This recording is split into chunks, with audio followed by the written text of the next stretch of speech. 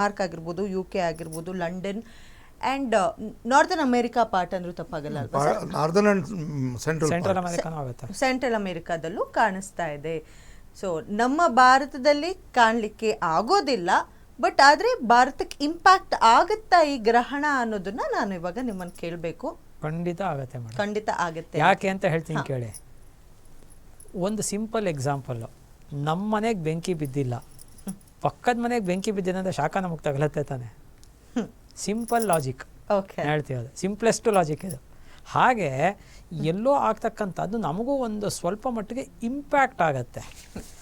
That doesn't mean that ನಾವು ಅದನ್ನು ನಮ್ಮಲ್ಲಿ ಶಾಸ್ತ್ರಗಳಲ್ಲಿ ಏನು ಹೇಳಿದೆ ಅದನ್ನು ಆಚರಣೆ ಮಾಡಬೇಕು ಅನ್ನೋದಲ್ಲ ಅರ್ಥ. ನಾನು ಇವತ್ತು ನನ್ನ ವಾಟ್ಸಪ್ ಸ್ಟೇಟಸಲ್ಲಿ ಹಾಕಿದ್ದೀನಿ, ನಾನು no need to practise ecliptical religious practices ಅಂತ. ಓಕೆ, ಯಾವುದೇ ಗ್ರಹಣಕ್ಕೆ ಸಂಬಂಧಪಟ್ಟಂತಹ ಧಾರ್ಮಿಕ ವಿಧಿವಿಧಾನಗಳನ್ನು ನಾವು ಭಾರತೀಯರು ಮಾಡಬೇಕಾಗಿಲ್ಲ, ಆಚರಿಸಬೇಕಾಗಿಲ್ಲ. ಯಾಕೆಂದರೆ ನಮಗೆ ಕಾಣ್ತಾ ಇಲ್ಲ. ಅದನ್ನು ಶಾಸ್ತ್ರದಲ್ಲೇ ಹೇಳಿದೆ, ನಾ ಹೇಳ್ತೀವದಲ್ಲ. ಒಂದು ಮಾತು ನಾನು ಸ್ಪಷ್ಟಪಡಿಸ್ಬಿಡ್ತೀನಿ, ನಾನು ಏನೇ ಮಾತಾಡಿದ್ರು ಕೂಡ ನಂದಲ್ಲ, ಅದು ಎಲ್ಲ ಋಷಿಮುನಿಗಳು ಕೊಟ್ಟಿರ್ತಕ್ಕಂಥದ್ದು. ಯಾಕೆಂದರೆ I have strong belief in my sages.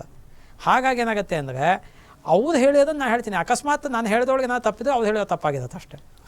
ಇಲ್ಲ ಕರೆಕ್ಟ್ ಇದೆ ಅಂದರೆ ಅದು ಕ್ರೆಡಿಟು ಅವ್ರಿಗೆ. ಸೊ ಹಾಗಾದರೆ ಇವಾಗ ಗ್ರಹಣ ಅಂದ ತಕ್ಷಣ ಗ್ರಹಣ ಸಮಯದಲ್ಲಿ ಏನು ತಿನ್ನಬಾರ್ದು, ನೀರು ಕುಡಿಬಾರ್ದು, ಇದ್ರ ಬಗ್ಗೆ ತುಂಬಾ ಚರ್ಚೆಗಳು ಆಗಿದೆ.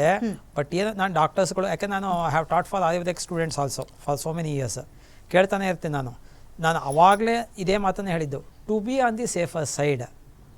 ಋಷಿಮುನಿಗಳು ಯಾವತ್ತೂ ಸ್ವಲ್ಪ ಆದಷ್ಟು ನಿರಾಹಾರದಲ್ಲಿದೆ ಅಥವಾ ಸ್ವಲ್ಪ ಖಾಲಿ ಇಟ್ಕೊಂಡಿದೆ ಹೊಟ್ಟೆನ, ಏನಾದರೂ ಇಂಪ್ಯಾಕ್ಟ್ ಆಗೋ ಪಾಸಿಬಿಲಿಟೀಸ್ ಇರುತ್ತೆ. ಯಾವ ಸೂರ್ಯಗ್ರಹಣ, ಚಂದ್ರಗ್ರಹಣದಲ್ಲಿ ಇದು ಮೈನರ್ ಅಂತಲೇ ಹೇಳ್ಬೋದು. ಯಾಕೆಂದರೆ ಸೂರ್ಯಗ್ರಹಣದಲ್ಲಿ ಏನಾಗ ಸ್ವಲ್ಪ ಎಫೆಕ್ಟ್ ಜಾಸ್ತಿ ಇರುತ್ತೆ. ಅದಕ್ಕೋಸ್ಕರ ಬೇಡ ಅನ್ನೋದನ್ನು ಹೇಳ್ತಾರೆ ಹೊರತು, ಎಷ್ಟೋ ಜನ ತಿಂದು ನಮಗೇನೂ ಆಗಿಲ್ಲ ಅಂತ ಅಂದ್ಕೊಂಡಿರ್ತದೆ. ಬಹುಶಃ ಆ ಟೈಮಲ್ಲಿ ಅಕಸ್ಮಾತ್ ಏನೂ ಆಗದೆ ಇರ್ಬೋದು. ಅಂದರೆ ನಾವು ರೂಮ್ ಒಳಗೆ ಮನೆಯೊಳಗೆ ಕೂತ್ಕೊಂಡು ತಿಂದಾಗ ಏನೂ ಆಗದೆ ಇರ್ಬೋದು. ಆ ಗ್ರಹಣದ ಅಫೆಕ್ಟೆಡ್ ರೇಸು ಬಿದ್ದಾಗ ಫುಡ್ ಮೇಲೆ ಅಕಸ್ಮಾತ್ ತಿಂದಾಗ ಆಗೋ ಪಾಸಿಬಿಲಿಟೀಸ್ ಇರಬಹುದು. ಅದ್ರ ಬಗ್ಗೆ ನಾವು ರಿಸರ್ಚ್ ಮಾಡದೆ ಏನೂ ಹೇಳಲಿಕ್ಕಾಗಲ್ಲ. ನಾನು ಯಾವತ್ತೂ ಸುಮ್ಮನೆ ಯಾರು ಫೇಕಾಗಿ ಏನು ಹೇಳಿದ್ರು ಅಥವಾ ಬ್ಲೈಂಡಾಗಿ ಹೇಳಿದ್ರು ಒಪ್ಪಲ್ಲ. ನಾನು ಏನು ಹೇಳಿದ್ರು I want the logical proof. So only for cooked food ಅಂತ ಮಾತ್ರ ಹೇಳಿ, ಯಾವುದಕ್ಕಾದ್ರೂ ಅಷ್ಟೇ. ಅಂದರೆ ಕುಕ್ಡ್ಗೇನೆ ಸಾಮಾನ್ಯ ಬರ್ತಕ್ಕಂಥದ್ದು ಅದೆಲ್ಲ. ಇವಾಗ ಹಳೆ ಕಾಲದಲ್ಲಿ, ಇವಾಗ ನನಗಿನ್ನ ಸ್ವಲ್ಪ ತುಂಬ ದೊಡ್ಡವರು, ಅವ್ರಿಗೆ ಇನ್ನೂ ಚೆನ್ನಾಗಿ ಅನುಭವ ಇರುತ್ತೆ. ನಮಗೂ ಸಣ್ಣ ಮಕ್ಕಳಿದ್ದಾಗ ನಾವೆಲ್ಲ ತುಂಡು ದರ್ಬೆನ ತೊಗೊಂಡೋಗಿ ಎಲ್ಲದ್ರ ಮೇಲೂ ಇಡ್ತಾ ಇದ್ವಿ ನಾವು, ಎಲ್ಲದ್ರ ಮೇಲೂ, ನೀರಿನ ಮೇಲೆ ಎಲ್ಲದ್ರ ಮೇಲೂ. ಅವಾಗ ಎಷ್ಟೋ ಜನ ನಮಗೆ ಪ್ರಶ್ನೆ ಮಾಡೋದು, ನದಿ ನೀರು ಹರ್ಕೊಂಡು ಹೋಗ್ತಿರತ್ತಲ್ಲ ಅದ್ರ ಮೇಲೆ ಯಾರು ದರ್ಬೆ ಇಡ್ತಾರೆ ಅಂತ. ಆವಾಗ ನಾನು ಅದನ್ನು ಹುಡ್ಕೋಕ್ಕೆ ಶುರು ಮಾಡಿದೆ. ಆಮೇಲೆ ಚಾಣಕ್ಯ ಅದನ್ನು ಹೇಳ್ತಾನೆ, ಹರಿಯೋ ನೀರಿಗೆ ದೋಷ ಇಲ್ಲ ಅಂತ ಹೇಳ್ತಾನೆ ಶಾಸ್ತ್ರದಲ್ಲಿ ಅವನು.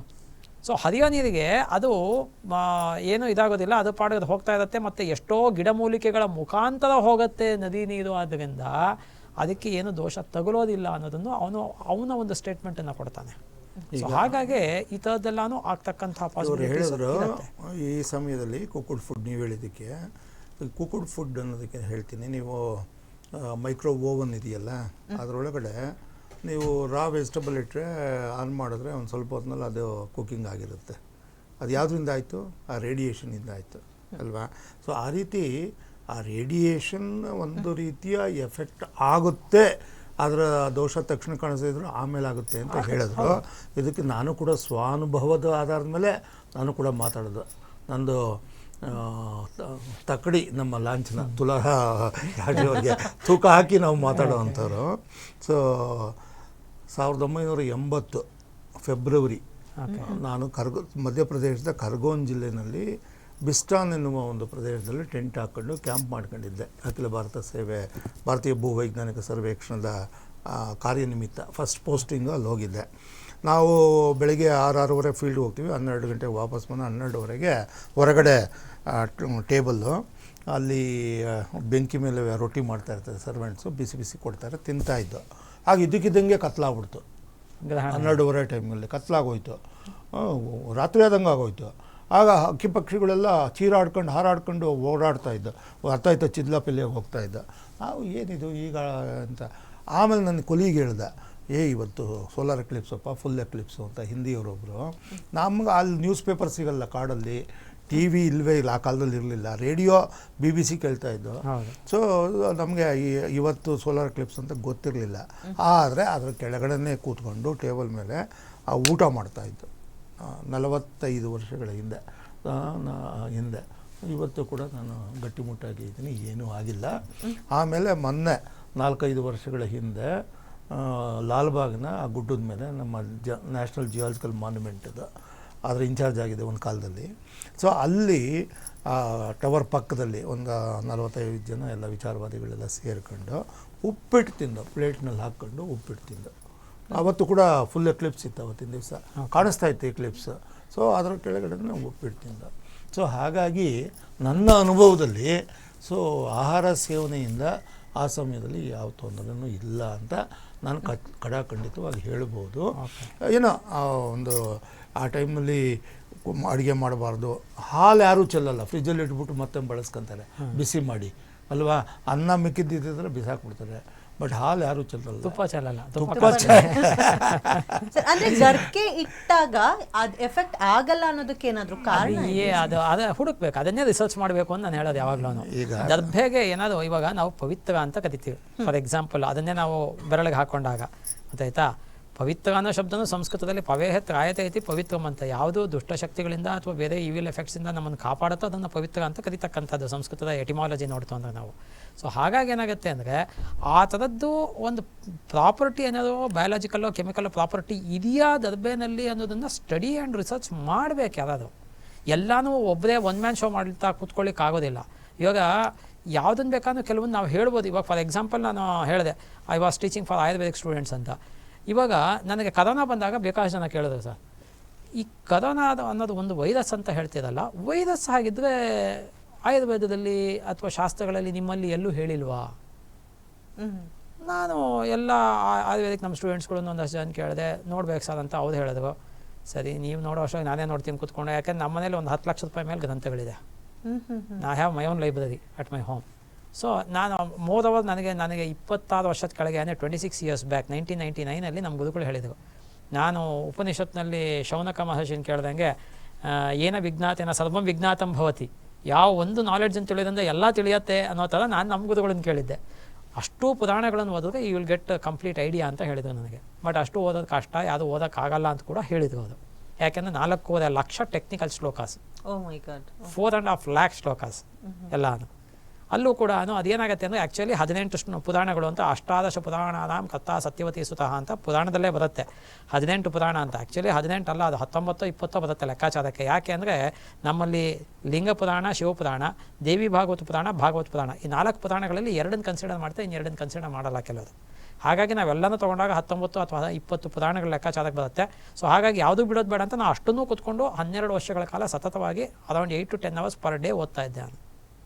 ಎಲ್ಲ ಓದಬೇಕಾದ್ರೆ ಇವತ್ತು ನಾನು ನಮ್ಮ ಒಂದು ಮಾಧ್ಯಮದ ಗ್ಯಾರಂಟಿ ಮಾಧ್ಯಮದ ಮುಖಾಂತರ ಹೇಳ್ತೀನಿ, ಆಯುರ್ವೇದಿಕ್ ಡಾಕ್ಟರ್ಸ್ ಯಾರಾದ್ರು ಇದ್ದರೆ ಅಥವಾ ರಿಸರ್ಚ್ ಸೈಂಟಿಸ್ಟ್ಗಳು ಯಾರಾದ್ರು ಇತ್ತು ಅಂದರೆ ಗರುಡ ಪುರಾಣ ಅಂತ ಇದೆ ನಮ್ಮಲ್ಲಿ. ತುಂಬ ಜನ ಕೇಳಿರ್ತಾರೆ ಅದನ್ನು. ಬೇರೆ ಯಾವುದು ಇವಾಗ ಬ್ರಹ್ಮ ವೈವರ್ತ ಪುರಾಣ ಅಂದರೆ ಯಾವುದು ಕೇಳಿರಲ್ಲ, ಗರುಡ ಪುರಾಣ ಕೇಳಿರ್ತದೆ ಎಲ್ಲ. ಗರುಡ ಪುರಾಣ ಅಂದರೆ ತಲೆನಲ್ಲಿ ತಕ್ಷಣ ಏನು ಬರುತ್ತೆ, ಇದೇನೋ ಸತ್ತಾಗ ಹೇಳಿಸ್ತಾರಲ್ಲ ಅದು. ಎಷ್ಟೋ ಜನ ಅದನ್ನು ನನಗೆ ಫೋನ್ ಮಾಡಿ ಕೇಳಿದೆ, ಗರುಡ ಪುರಾಣ ಮನೇಲಿ ಓದಬಾರ್ದಂತೆ. ಹೌದಾ, ನಾನು ಡೈಲಿ ಪಾರಾಯಣ ಮಾಡ್ತಿದ್ದೀನಿ ಅಂತ ಹೇಳ್ತೀನಿ. ಇವ್ರು ಹೇಳ್ದಂಗೆ ನನಗೇನೂ ಆಗಿಲ್ಲ ಅಂತ ನಾನು ಎಷ್ಟೋ ವರ್ಷ ಪಾರಾಯಣ ಮಾಡ್ತಾಯಿದ್ದೀನಿ. ಹಾಗಾಗಿ ಗರುಡ ಪುರಾಣ ತುಂಬ ಜನಕ್ಕೆ ಗೊತ್ತಿರ್ತಕ್ಕಂಥದ್ದು ಏನು ಅಂದರೆ, ಗರುಡ ಪುರಾಣ ಅಂದ ತಕ್ಷಣ ಪ್ರೇತಕಾಂಡ ಇದೆ. ಆ ಪ್ರೇತಕಾಂಡ ಅನ್ನೋದು ಇರ್ತಕ್ಕಂಥದ್ದು ಕೇವಲ 10-15% ಅಷ್ಟೇ. ಟೋಟಲ್ ಗರುಡ ಪುರಾಣದಲ್ಲಿ 15% ಅಷ್ಟು ಒಂದು ಪ್ರೇತಕಾಂಡ. ಇನ್ನು ಮಿಕ್ಕಿದ್ದೆಲ್ಲ ಬೇರೆ ಬೇರೆ ಇದೆ. ಆ ಬೇರೆ ಬೇರೆ ಇದರೊಳಗೆ 50-60% ಇರೋದೆಲ್ಲ ಆಯುರ್ವೇದನೇ. ಓಕೆ, 50-60% ಇರೋದೆಲ್ಲ ಆಯುರ್ವೇದನೇ. ಸೊ ಆ ಆಯುರ್ವೇದ ಒಂದು ನಾನು ಆಯುರ್ವೇದಕ್ಕೆ ಪಾಠನೂ ಮಾಡ್ತಿದ್ದೆ. ಅದರಿಂದ ನನಗೆ ಅದೊಂದು ಸ್ವಲ್ಪ ಟೆಕ್ನಿಕಲ್ ಟರ್ಮ್ಸ್ ಅರ್ಥವಾಗ್ತಾ ಇತ್ತು. ಹಾಗೆ ಓದ್ಕೊಂಡು ಹೋಗ್ತಾ ಇದ್ದೆ. ಓದ್ಬೇಕಾದ್ರೆ ನಾನು ಮಾರ್ಕ್ ಮಾಡಿ ಎಲ್ಲ ನಂದು ಯಾವಾಗಲೂ ರನ್ನಿಂಗ್ ನೋಟ್ಸು. ನಾನು ಏನೇ ಓದ್ತಾ ಇದ್ದು ಆನ್ ಸ್ಪಾಟ್ ಅಲ್ಲೇ ನೋಟ್ಸ್ ಮಾಡ್ಕೊಂಡು ಹೋಗ್ತೀನಿ. ನೋಡ್ತೀನಿ ನಾನಲ್ಲಿ ಅಲ್ಲಿ ಕರೆಕ್ಟಾಗಿ ನಮಗೆ ಗೊತ್ತಾಗಿದೆ ವೈರಸ್ ಅನ್ನೋ ಪದ ತೊಗೊಂಡಿರೋದಲ್ಲಿ. ಗರುಡ ಪುರಾಣದಲ್ಲಿ ವೈರಸ್ ಅನ್ನತಕ್ಕಂತಹದ್ದನ್ನು ಅತ್ಯಂತ ಸೂಕ್ಷ್ಮ ಜೀವಿ ಅನ್ನೋದನ್ನು ತೊಗೊಂಡಿದ್ದಾರೆ ಅವರು. ಓಕೆ, ಅತಿ ಸೂಕ್ಷ್ಮತ್ವಾತ್ ಅಂತಲೇ ತೊಗೊಂಡಿದ್ದಾರೆ. ತುಂಬ ಸೂಕ್ಷ್ಮ ಜೀವಿ ಅದು, ಅದರಿಂದ ಕಣ್ಣು ಕಾಣೋದಿಲ್ಲ ಅಂತಲೂ ತೊಗೊಂಡಿದ್ದಾರೆ.